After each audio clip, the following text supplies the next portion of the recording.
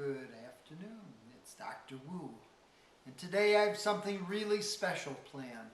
I'm going to teach you how to protect yourself and the environment around you. Now, there's some things that you're going to need. You're going to need some water. This is just water in a bowl, just regular water that we're going to energize and change it into holy water. We're going to need some oil. This happens to be coconut oil. It's a clean, clear, crystal coconut oil, but you can use any oil that you have in your house. You're going to need a candle. It can be one of these devotional candles. It can be one of the big ones. Any type of candle, it makes no difference. Okay, so you're placing the water, the candle, and the oil. So we want to start energizing everything. I'm going to get some matches. And before you get the matches, we want to energize the candle. So they call this dressing a candle.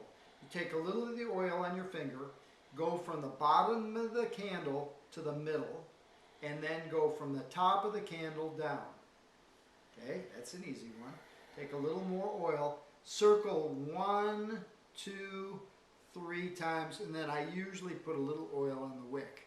Okay, so now we have the candle dressed.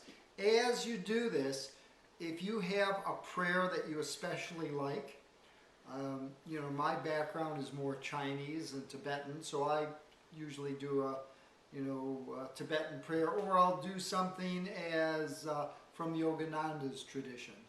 Let me tell it to you.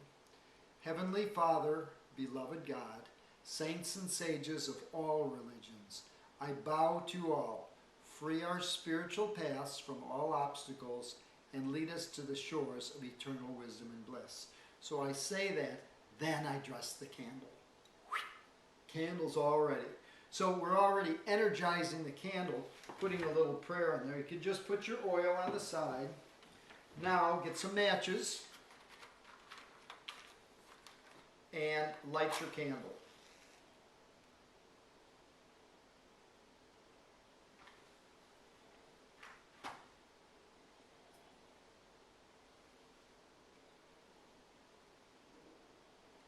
Now what I want to do is I want to energize the water, because we're going to use this water to clear ourselves. Water's yin, water's very drawing. So if you want to put out a fire, in the water, right? Anything water draws. Water's much stronger than fire, because if I put this fire, no matter how big it is, if I put water in it, the water's going to go out. The water is the female principle, yin. The fire is the yang principle, male. So we have the yin and yang balance that we're going to work with. Okay, so here's how it works. Rub your hands together, get a little heat going. The right hand on the heart, in the left hand, we'll do the left hand in the water, because the right hand pulling in the energy from the heart, the left hand we're going to send it into the water. And what you're going to do is you're going to do a little prayer in the water. Om Hum Soha, Om Hum Soha, Om Hum Soha. You can do whatever prayer you have. If it's the Lord's Prayer, do that. You want to energize the water. Water is yin, it holds things. So whatever you put into that water is what you'll get. You never want to say, oh, I'm feeling bad, and drink a glass of water. You want to say, oh, this will energize me, nourish me, hydrate me. Water is good. So you do the prayer on the water. Now, here's how you clear the room. You're going to take your hand and you're going to pass it over the fire into the water. We went to the west, to the east, to the north, to the south, now in the 4 other directions.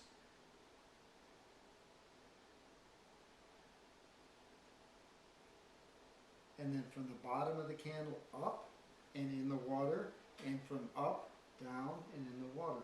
So what we've done is we've said the prayer over the water, so we've made holy water. Yeah, it's holy. Why? Because we said this is now spiritual water. We put a prayer in it, we energize it, we activated every molecule of the water. Then we took the fire, and as we're clearing, we're actually grabbing and clearing everything from the north, from the south, from the east, from the west, from the northeast, from the southwest, and we're clearing all that, boom, and we're any energies. Now, here's an important one. Now we have the candle, the water cleared, we have the candle going. Now here's a trick. You put your hand on your chest, and you're going to reach down around you and into the water. Up, around you, and into the water. And now the directions.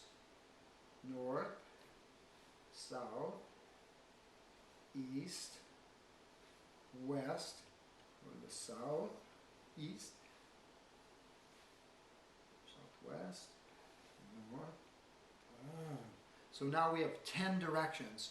Up, down, diagonal, diagonal, diagonal, diagonal, north, south, east, and west. So now we've cleared the water, we have cleared us, we've cleared all the vibrations. Now, the next part, this is a good one, because we want, they say that when someone dies or someone commits suicide, someone leaves their body, sickness, anything. Once they leave, they can't touch you, right? The spirit's there, the energy's there, as you know, if anybody, my mom passed away a few months ago, I feel her every day. My dad passed away 20 years ago, I feel him all the time. So vibrationally, we always have that going. Let's say the person's unfortunate, they get hit by a car and they're dead immediately. Okay, what happens is they're knocked out of their body, and sometimes they linger on the earth. I think in the Catholic Church they say it's the purgatory, stuck between heaven and earth. Some traditions say it's the bardo. Anyway, you want to feed those spirits. What can you offer them? Sometimes I'll eat something and I'll save the best bite and I'll put that outside as an offering. They say to the hungry ghosts. Or sometimes I'll light an incense. So I'll take the incense, and I usually use 3. Why? The Trinity, the Father, the Son, and the Holy Ghost. Or in Hinduism, Brahma, Vishnu, and Shiva. Different traditions all use the Trinity. And the Trinity is very important. It's in every single tradition. Very interesting, but here it goes. So what I'm doing is I'm feeding the spirits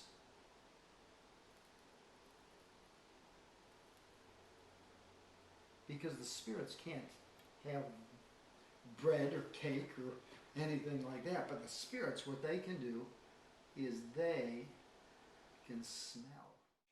The spirits can live on odors. The spirits can live on the vibrations of food. They don't really get to eat this food. The spirits can live, like I said, flowers, incense, offerings of smells. So when you do that, you light your incense, you're going to allow the incense to go up around the room, around you, out into the universe to feed your ancestors. We don't have it so much in the United States, but in China, in Japan, they're all ancestral practices. When I lived in Hawaii, every year around August, they would have big drumming ceremonies, the koto drums, I think they're called, and people would have a picnic at the cemetery. They'd say, this is my grandfather, they would really introduce you to their family because the spirits still exist. They would light incense, they would holy water and candles. So that's what I'm doing here. I'm allowing the vibrations to feed my mother and father who are gone, my brother, my grandparents, my great-grandparents, and I pull back into my lineage. Now, I'm going to tell you something very interesting. When you want to get into your lineage, where you come from, your roots, it's very important because the roots are where you come from and who you are. It's your DNA. It's the whole structure of you. So when you're standing and you're doing your standing practice, like when you're in the karate pose, you're grounding yourself. It's called horse stance. Most of you know that. You know, the pelvis is tilted, your knees are bent, dropping your energy. That's the horse stance. Now try this. Imagine you have a tail, a big tail like a kangaroo or a dinosaur. So you'd be sitting on a tripod, your two legs and your tail. Put that tail down, lean back on it on that tripod.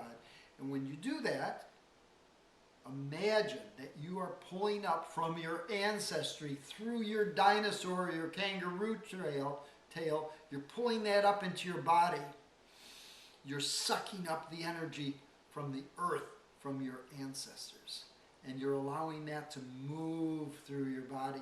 So you're opening up many parts. You're opening up your heart. You're opening up your throat center, heart, throat, third eye, crown chakra, solar plexus, navel point. You're opening up all the chakras.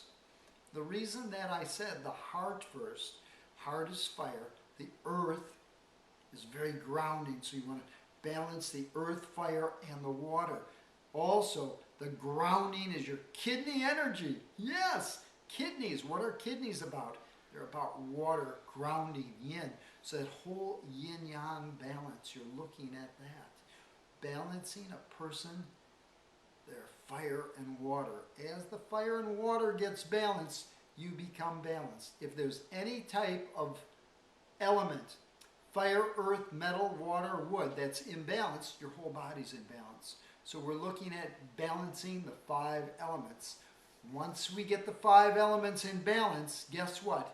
You stay healthy, you stay young, you stay vibrant, sickness goes away, mental illness goes away, you clear all that stuff. You're clear, but you want to offer this to your ancestors. So when you do that, get yourself the candle, get a bowl of water. Now, when I'm through with the ritual, what I'll do is I'll just take this water and I'll feed it to a plant. I'll put it outside. Don't drink it. And I don't save it because I cleared all the negativity and the water absorbed it. But if you take fertilizer and you give it to a plant, that's delicious. So we're going to give this to one of the plants because we want the plants to grow and thrive. I just let the incense burn. I never put the incense out. If you have to go somewhere, wait a while. The incense will burn down. And I keep just white rice. It's a great thing. It holds the incense. And after a while, it'll get dirty. You just dump it out. I don't throw it in the basket. I throw it outside because rice is nourishment. Don't throw it in the house. You get mice. Okay. So this is how we energize. So let me go over it once more. You need some oil. You need a candle. You need some water, some matches, and some incense. And pick out a few of your favorite prayers. Things that maybe you know since you've been a kid. It doesn't make any difference if it's a Christian prayer, a Jewish prayer, a Hindu prayer, a Muslim prayer. It's an offering to spirit. Not, this is my God, that's my God. It's your spiritual being. It's your spiritual being. Because that vibration that we all have, that beautiful vibration of white light that shines through us, we want that to vibrate, and that's what we're opening up. Until next time, it's Dr. Wu. Namaste.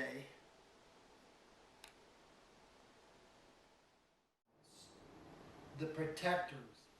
These are your internal animals, or your internal protectors. And they're always going to be with you. And here's what I want you to do with them. First of all, you name them. Name your dragon.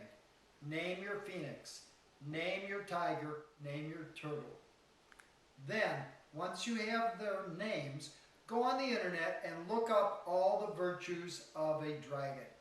They'll give you virtues of mystical creature, energetic creature, fire breathing, all the things about a dragon, and what the mythology is around the Chinese dragon. it's a very sacred animal to the Chinese because it's the protectors, it's the 5 elements. Then look up the phoenix.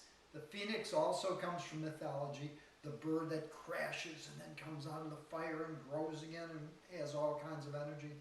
Then go to the tiger. Look at all the aspects, everything that a white tiger has, or a tiger in general. It's a protector. It's a woman. It's not a lion. I don't think lions and tigers are the same. They have male tigers. But anyway, look up all the virtues and how they protect you. Then look up the turtle. What does the turtle do? The turtle in Chinese medicine, it tells us that it's about longevity. Turtles live for hundreds of years. So you get all the mythology around those animals. You read about them. Then you name your animals. You make them part of you. Now, here's the secret that they don't usually tell you. If you take a part of the dragon and a part of the white tiger and a part of a phoenix and a part of the turtle, and you move them all into the center, in other words, you call in your forces. Have you ever seen some of the cartoons? They say, and we call on the magic thing, and boom, and they Dragon Ball Z, and he gets all those powers. What you're going to do is your internal animal, in other words, the one in the middle, what that stands for is that is a composite of all the animals. Now, like I said, the dragon is your liver, the tiger is your lungs, the turtle is what? Your kidneys, and the phoenix is your heart. So we're missing the earth element. So the earth element is the stomach and the spleen. And where that lives is that lives right in the middle. So when we're treating someone with Chinese medicine, the first thing we look at is the stomach and the spleen. Why? Because the stomach and the spleen feeds all the other organs. So your internal power animal, which you want to name, you bring in everybody, and they have like a meeting, almost like you're going to have a meeting in a dream state or a meditation. So let's do a little meditation around the animals, okay? Okay, so sit up straight and take a breath in. And then just slowly close your eyes. Let your body relax. I want your feet flat on the floor, your shoulders back. And what I want you to imagine is I want you to imagine on your left side the green dragon. On your right side, imagine the white tiger. In front of you, the red heart, the phoenix. And in back, the turtle, blue turtle or the black turtle. Okay.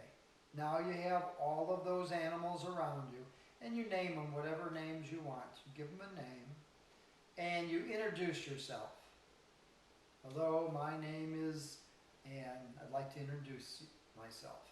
And give them a name. Ask them for a name. And a name will come in. A name will come to you. Then what you do is you invite all the animals to come into the inside, and they will form a composite animal, an animal of all the animals. It'll be part dragon, part